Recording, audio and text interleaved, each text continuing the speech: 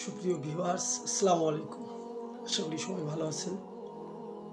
একটা জিনিস আপনি খেয়াল করবেন, আপনি যখন এই পৃথিবীতে আসেন, আল্লাহ রাব্বুল আলামিন আপনাকে অনেক সুন্দর করে সাজিয়ে, সুন্দর পরিচ্ছন্ন পরিপাটি করে আপনার রূহটাকে সংরক্ষণ করে রেখেছেন।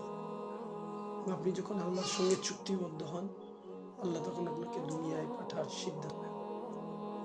একটাবার চিন্তা করেন তো, যে আল্লাহ আপনার রূহটাকে এত পরিচ্ছন্ন, পরিষ্কার, সুন্দরভাবে দীর্ঘ সময় সংরক্ষণ করলেন।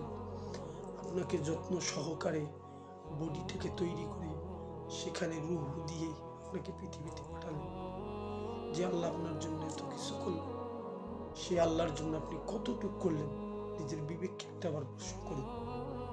তাই আসুন, এই উপলব্ধি আমাদের প্রত্যেকের হোক।